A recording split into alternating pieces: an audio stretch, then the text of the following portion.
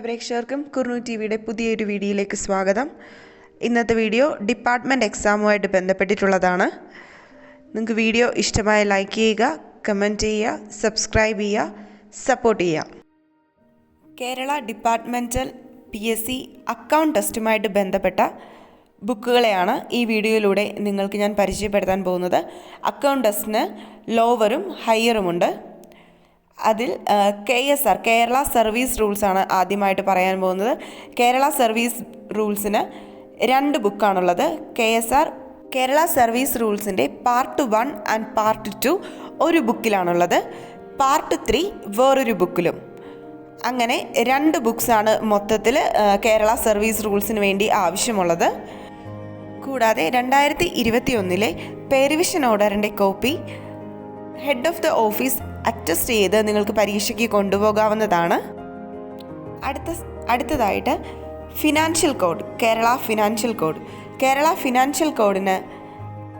Financial code volume 1 volume 2 ഇത് വിത്ത് ബുക്സാണ്. നമുക്ക് ബുക്സുമായിട്ട് കയറാവുന്നതാണ് പരീക്ഷയ്ക്ക്. Kerala financial code volume 1 and volume 2. പിന്നെ കേരള ബഡ്ജറ്റ് മാനുവൽ. ഈ 3 ബുക്കും പരീക്ഷയ്ക്ക് കൊണ്ടുപോകുന്നതാണ്. അതുപോലെ തന്നെ KSRും വിത്ത് ബുക്സാണ്. ബുക്കും പെർവിഷൻ ഓർഡറും എക്സാംസിന് കൊണ്ടുപോയി നമുക്ക് എഴുതാവുന്നതാണ്. അടുത്തതായിട്ട് ട്രഷറി കോഡാണ്.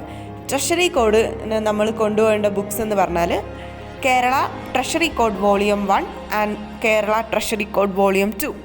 പിന്നെ കേരള അക്കൗണ്ട് കോഡ് വോളിയം 2. ഈ 3 ബുക്കുമാണ് നമ്മൾ ട്രഷറി കോഡിന് വേണ്ടിയിട്ട് പരീക്ഷയ്ക്ക് കരുതേണ്ടത്. അടുത്ത അക്കൗണ്ട് ടെസ്റ്റാണ് introduction to Indian audits and accounts. അതിൽ കേരള അക്കൗണ്ട് കോഡ് വോളിയം 1 മാത്രമേ നമുക്ക് ഈ എക്സാമിന് കൊണ്ടുപോകാനായിട്ട് സാധിക്കൂ. ബാക്കി നമ്മൾ പഠിച്ചുകൊണ്ട് പോകേണ്ട പുസ്തകമാണ് introduction to Indian government audits and accounts. അത് വിത്തൗട്ട് ബുക്കാണ്.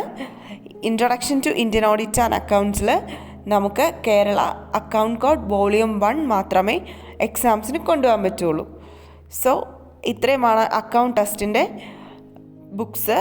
നമ്മൾ എക്സാമിന് കൊണ്ടുപോകേണ്ട ബുക്സിനെ കുറിച്ചുള്ള വിവരങ്ങൾ. Thanks for hearing.